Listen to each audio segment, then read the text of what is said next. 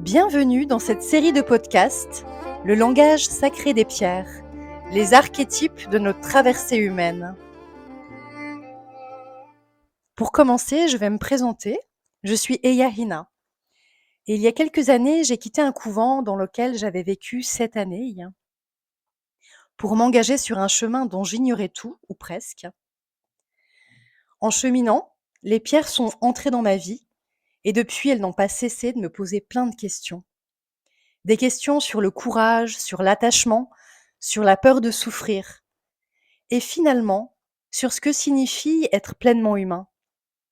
Mon lien avec elle a donné naissance à un livre, Le chant sacré des pierres, qui est sorti le 24 juin 2026, et cela m'a donné l'envie d'aller plus loin en creusant davantage ce qu'elles peuvent nous apporter aujourd'hui dans nos vies trépidantes actuelles. Ce podcast est né de cette recherche. Alors ici, chaque épisode part d'une pierre et de l'archétype qu'elle évoque pour explorer des questions profondément humaines. Pourquoi est-ce que l'on ferme notre cœur? Qu'est-ce que grandir veut vraiment dire? Comment retrouver des parts de nous-mêmes qu'on a mis en retrait ou enfouies au fond de nous? Et où se cache la sagesse que nous croyons avoir perdue? Les pierres deviennent ici des miroirs, des portes symboliques. Elles nous invitent à rencontrer nos paysages intérieurs qu'on traverse tous, le deuil, la transformation, nos transitions de vie, nos épreuves, l'amour, la quête de sens.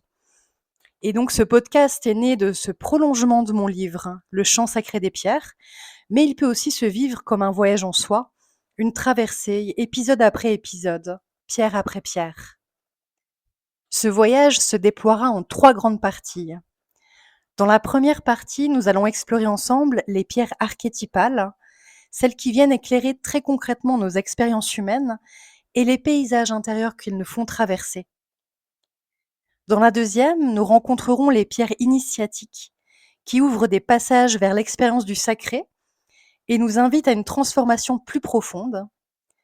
Et enfin, dans la troisième, nous allons découvrir les pierres de traversée, celles qui accompagnent les grands passages, les métamorphoses et les tournants de nos vies. Mais pour commencer, je vous invite à entrer dans cette première partie, les pierres archétypales, les pierres qui nous parlent de la manière dont nous habitons notre humanité, dont nous cheminons, de ce que nous devenons, dimension après dimension, au fil de nos existences. Alors commençons par revenir aux racines de notre humanité, ce que je nomme le territoire de l'incarnation.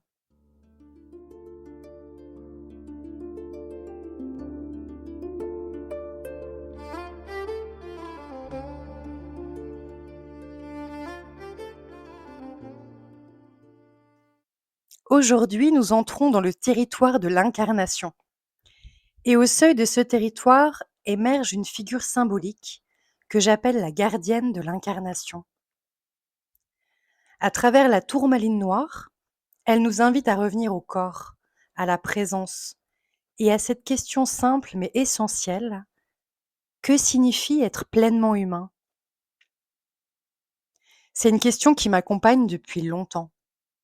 Et lorsque j'ai recueilli ce message de la tourmaline, que je vous cite, votre connexion à la Terre avec moi est très forte et vous permet un bon enracinement, alignement et équilibre pour être dans votre expérience de manière parfaite. J'ai été frappée par ce mot, expérience, être dans son expérience. Alors je me suis demandé si être pleinement humain, ce serait d'abord être plus présent dans et à son corps. Vous voyez cette qualité de présence, d'écoute, d'attention. On peut voir ça de manière assez flagrante chez les musiciens.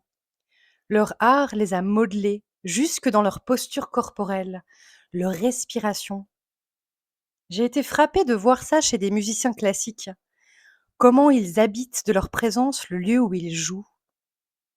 À les voir sur scène, j'ai pu sentir leur respiration, leurs gestes, leur regard qui semble avoir été façonné par des années de pratique. Ils deviennent la musique. Ils dansent presque avec leur instrument. Ils font corps avec lui. On connaît tous des personnes qui ont cette qualité de présence. Elles semblent entièrement là, Leur corps, leur regard, leur respiration témoignent d'un ancrage profond. Ou alors peut-être est-ce autre chose? Peut-être que ça passe par notre manière de rencontrer les autres. Et là, je pense aux soignants qui s'occupent de personnes en difficulté de santé et qui savent leur apporter quelque chose de très humain, au cœur même d'un protocole de soins. J'ai l'image d'un psy qui vient voir une patiente en soins palliatifs. Il sait qu'elle est proche de son départ, elle le sait aussi. Et bien sûr, elle a peur, c'est l'inconnu. Et lui, il vient la voir non plus seulement avec ce qu'il a appris, mais avec son cœur et toute son humanité, pour la rencontrer elle, pour l'interroger sur ce qu'elle a aimé dans sa vie, ses plus beaux souvenirs. Il vient lui parler de la vie. Il vient presque comme un ami, l'écouter, échanger et lui offrir une présence réconfortante. Alors, être dans son expérience de manière parfaite, à mon sens, c'est cette qualité, cette maturité humaine profonde. Cette phrase, elle m'évoque plutôt une humanité pleinement habitée, profondément enracinée dans l'expérience. En préparant cet épisode, je me suis fait la réflexion que cette question venait toucher quelque chose de très personnel. Pendant longtemps, j'ai cru que la spiritualité consistait à devenir une meilleure version de moi-même, à m'élever toujours davantage. Et avec le temps, j'ai une autre intuition qui est apparue, que j'avais peut-être à apprendre simplement à habiter ce que j'ai de plus humain, ce que je suis déjà ici et maintenant, à accueillir ce que je suis et ce que je vis au présent, c'est-à-dire vivre pleinement l'expérience. Dans mon chemin, il m'est arrivé de vivre la spiritualité comme une quête, où il fallait que je devienne toujours davantage pour atteindre cet idéal. Alors que le fait de m'accepter pleinement là où j'en suis me permet peut-être d'aller plus en profondeur et d'évoluer naturellement, sans forcer. Voilà, c'est toutes ces questions que j'avais envie de vous poser aussi, de vous faire, participer à ces réflexions. Et pour terminer, j'ai envie de vous laisser avec, quelques-unes de ces questions. Finalement, est-ce que s'incarner consiste moins à s'élever au-dessus de notre humanité qu'à apprendre à l'habiter pleinement? Et si notre plus grand défi n'était pas de devenir davantage que humain, mais d'apprendre enfin à habiter pleinement notre humanité? Et je vous retrouve très bientôt pour une nouvelle traversée au cœur du langage sacré des pierres.